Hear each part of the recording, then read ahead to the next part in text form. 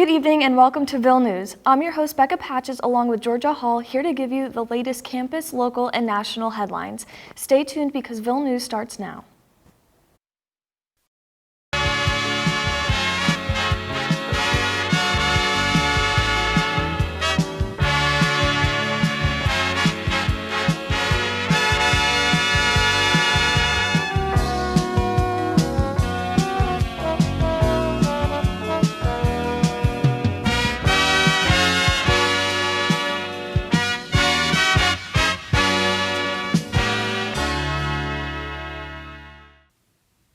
Millersville University has appointed a new dean to the College of Education and Human Services. Dr. Laura Willocks will be following the former dean, Dr. George Drake, after his retirement in 2021. Willocks currently works for the University of West Georgia, where she is a professor, department chair, and interim associate dean in the prestigious College of Education. Along with these impressive roles, she is active in the National Council for the Social Studies, which works with local school systems on integrating new skills in learning environments. Millersville University Provost and Vice President of Academic Affairs praised Willocks' abilities and fit for the school. She stated, quote, "We are delighted to have Dr. Willocks join us at the Ville. She will be guiding our faculty as students fulfill their dreams of becoming teachers, school leaders, psychologists, social workers, coaches, and more," end quote. Willocks will join the university in her role this summer.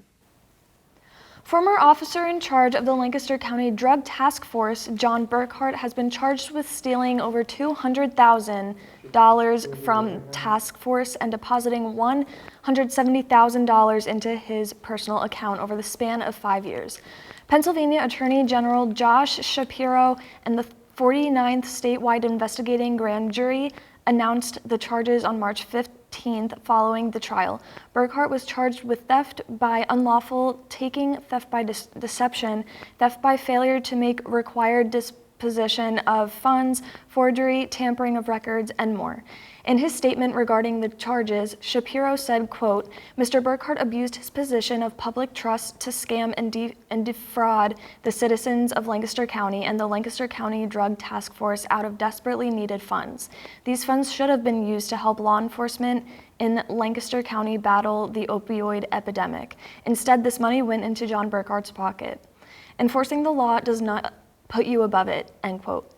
Burkhart turned himself in to Attorney General agents and currently has a bail set for $25,000. He is expected to appear at a hearing to decide whether there is enough evidence to hold a criminal trial.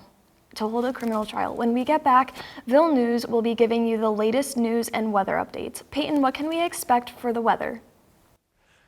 In the weather enterprise, it's looking like we're going to have a little bit of a cool down here for one day. I'll have it here coming up in just a bit.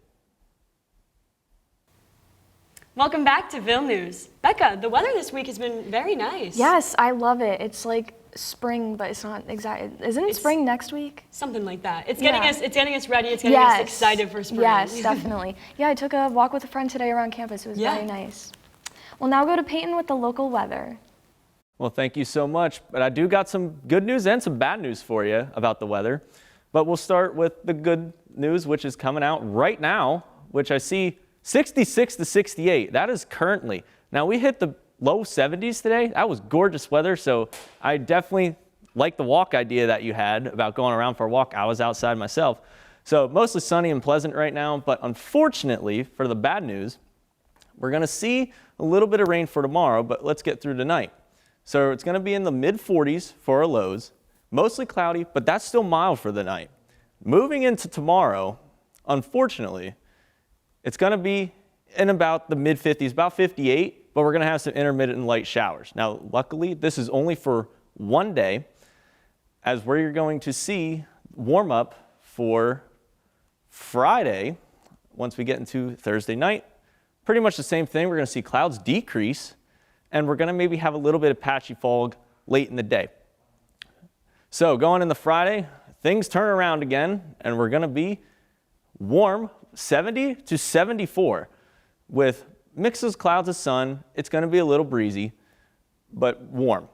So I want to look here, a little bit of futurecast here. You can see for tomorrow's rain, you see, rain, little couple showers, but that's out of here by afternoon. But then we're going to look to Saturday for another little round of showers, maybe a thunderstorm, but that's going to be an outruling thing. But other than that, it's looking like a very quiet weather pattern. As we look at the 7-day outlook, it looks really nice. You know, I see a lot of 60s and 70s on that board, so you cannot complain. So all these forecasts is complimentary by the Millersville Weather Service. And I'm back over to you.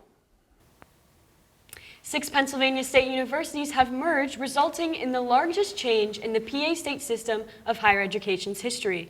On March 15th, the Middle States Commission on the Higher Education approved the merge, giving the go-ahead for the schools to move forward. With this approval, Bloomsburg, Mansfield, Lock Haven universities will combine to create the Commonwealth University of Pennsylvania, while California, Clarion, and Edinburgh will become Pennsylvania Western University. Each school will keep their campuses and logos for messaging purposes, but diplomas must include their new entity's name. The president of Bloomsburg University, Bashar Hanna, stated, quote, "Together, Bloomsburg, Lock Haven, and Mansfield embody the power of 3, which will create a higher education experience, the likes of which is not possible without integration," end quote. These new universities are expected to provide progress reports to the Middle States Commissions following their official start, which becomes effective next school year. Wintry weather and a flash freeze on Saturday, March 12th led to a 73-vehicle pileup on State Route 581 in Cumberland County. Part of 581 was closed for 4 hours as officials worked to clear the scene, and of the 73 vehicles involved, 43 were damaged. Luckily, the accident was not fatal, but 10 people sustained mild to moderate injuries and were transported to a local hospital. A man working with Palmer's Roadside Assistance recorded a 3-minute video showing a first-person perspective of the pileup, which helped authorities see the full damage. Pennsylvania Trooper Megan Ammerman tweeted about the incident when it was first reported around 2 p.m. on Saturday, thanking fire departments, PennDOT, and local agencies for helping. On Tuesday, March 15th, the United States Senate passed the Sunshine Protection Act, which would make daylight savings times permanent. This would eliminate the changing of clocks by an hour twice a year. The Senate passed the bill unanimously by a voice vote. The bill had bipartisan backing, including being co-sponsored by Pennsylvania Senator Pat Toomey.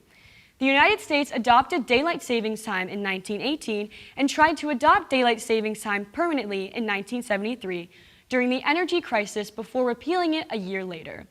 Senator Sheldon Whitehouse of Rhode Island was quoted as saying, "This would give us for a chance for all Americans across the country to be rid of fallback and make daylight savings times permanent and to add a little sunlight into most people's lives," end quote. The bill would not be implemented until late 2023 because of requests by transportation and broadcasters, because if they have planned schedules months ahead of time. This bill is expected to head to the House later this month, and if passed, would head to President Biden's desk. American journalist Brent Renaud was killed in Ukraine by Russian forces, marking the first American casualty of this war. Renaud was in Ukraine with documentary filmmaker Juan Arredondo, covering the war for a project with Time Studios covering the global refugee crisis. Arredondo told reporters that he and Renaud were heading to film citizens leaving Kyiv when they came under fire by Russian troops. He described the tragic scene saying, quote, "Somebody offered to take us to the other bridge and we crossed a checkpoint and they started shooting at us. So the driver turned around and they kept shooting, 2 of us.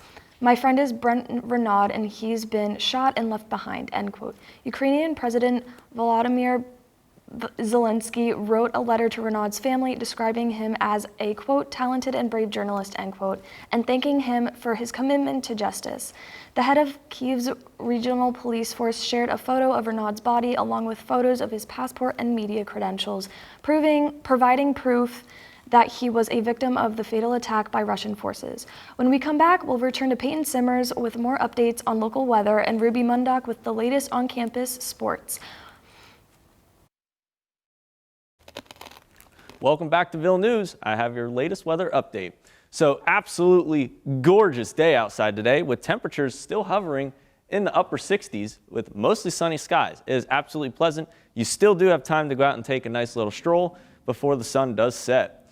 Unfortunately, this won't stick around for very long as we are looking at tonight. We're going to dip down to the mid 40s, about 46, and it's going to be, turning a little cloudy, but it's still mild.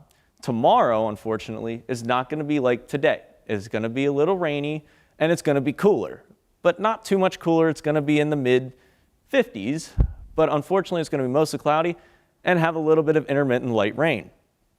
So moving into Thursday night, we're going to see temperatures about the same as tonight with decreasing clouds and probably some late patchy fog forming over some of the valleys. So moving into Friday, we bounce back up to right where we were today and maybe even surpass it. We're going to be in the mid 70s.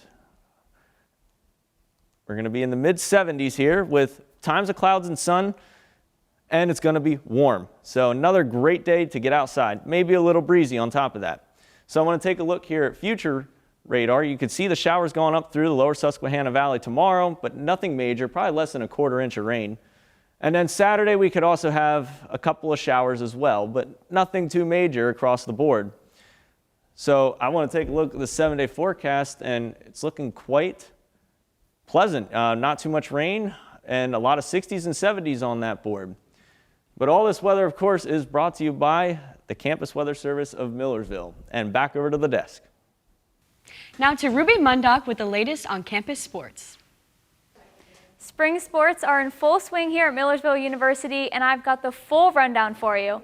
Women's lacrosse is off to an electric start, scoring 19+ goals in each game so far and carrying a perfect 4-0 record. Amanda Giuliano was named PSAC East Athlete of the Week after recording 4 goals and 2 assists against Wilmington earlier this week. The Marauders are now entering PSAC play, hoping to extend that perfect record. The baseball team swept Kutztown University in a 3-game series with final scores of 3-2, 7-3, and 14-3. Sam Morris led Game 1, hitting his first career home run, while John Seibert hit a 2-run homer in the second game. The Marauders have won 8 of their last 9 games and have now swept Kutztown in 3 consecutive series. Millersville softball unfortunately ended their road stand with a loss, getting swept by Georgian Court in a doubleheader. Brianna Clayton, Elise Angelo, Gabby Diatavio, and Gabby Turner all had hits for Millersville in Game 1, but it wasn't enough to hold up against the Lions. The Marauders now head into a doubleheader against Goldie Beacom, hoping to add 2 more wins to their record.